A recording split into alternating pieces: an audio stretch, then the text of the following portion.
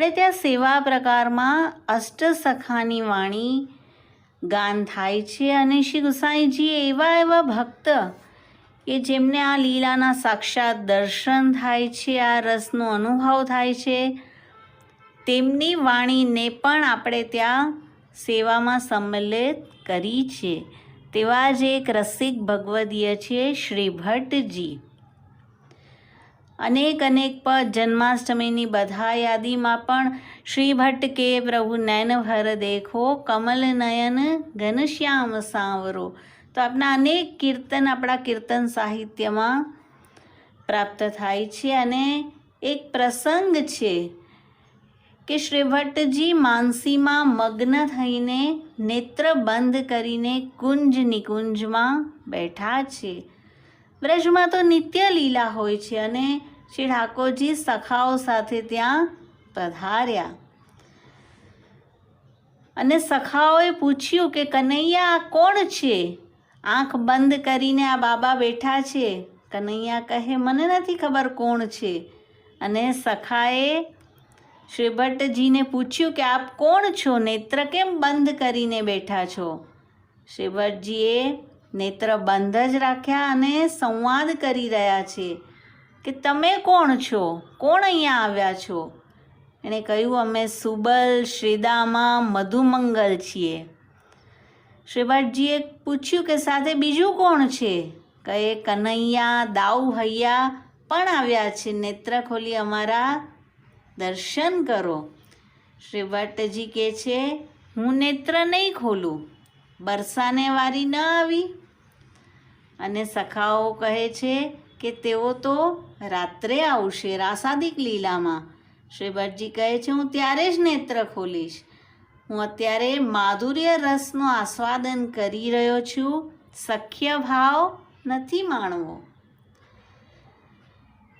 અને આ રીતે રાધાજી અને કૃષ્ણની રાહ જોઈ રહ્યા છે કે હમણાં પધારશે, કછુક લીલાનું શ્રવણ થશે અને પછી હું મારા નેત્ર ખોલી તેમના દર્શન કરીશ. તો રાત તો પૂરી થઈ, સવાર પડી અને બપોરનો સમય થયો. ગ્રીષ્મની બપોર છે અને યુગલ સ્વરૂપ ગલબાહી દઈને પધાર્યા.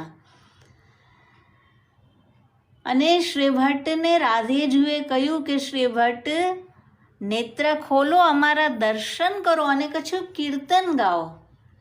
આપે નેત્ર ખોલ્યા, તેમના દર્શન કર્યા અને કહે છે કે હે રાધેજુ, હે પ્રાણ પ્યારા પ્રભુ, આપ કશું લીલા કરો તો હું તેનું ગાન કરું. રાધાજી કહે છે આજે અમારો મનોરથ છે, તમે ગાન કરો તેવી લીલા અમે કરીએ. જ્યેષ્ઠની દુપારી છે, અત્યંત તાપ છે અને શ્રી ભટ્ટજીએ મલ્હાર રાગમાં કીર્તન ગાન શરૂ કર્યું. ભીંજત કબ દેખો ઇન નૈના. ત્યારે એટલી બધી ગરમી છે, યુગલ સ્વરૂપને તો ત્યારે જ સુખ થશે કે જો અત્યારે વરસાદ આવે. શ્યામાજુ કી સુરંગ ચુનરી મોહન કો ઉપરૈના.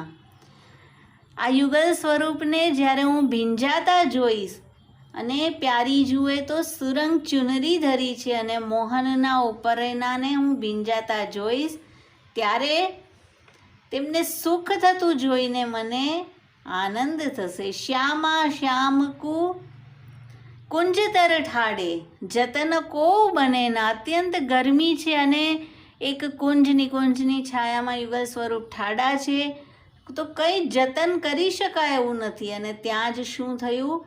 આકાશમાં વાદળ ઘેરાવા લાગ્યા, બગલા પંક્તિ ઉડવા લાગી, ઇન્દ્રધનુષ્ય થયું અને ઝરમર વરસાદ શરૂ થયો.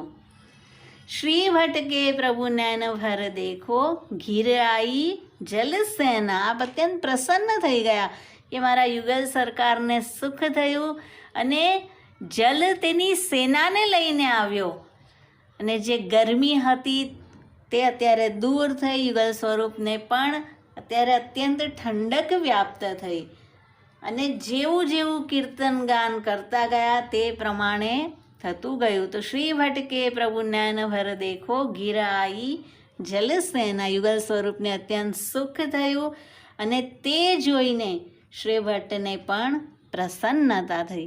તો આવા સેવકો છે કે સતત માનસીમાં મગ્ન રહે છે અને જેવું તેઓ ગાન કરે તેવી લીલા યુગલ સ્વરૂપ કરે છે.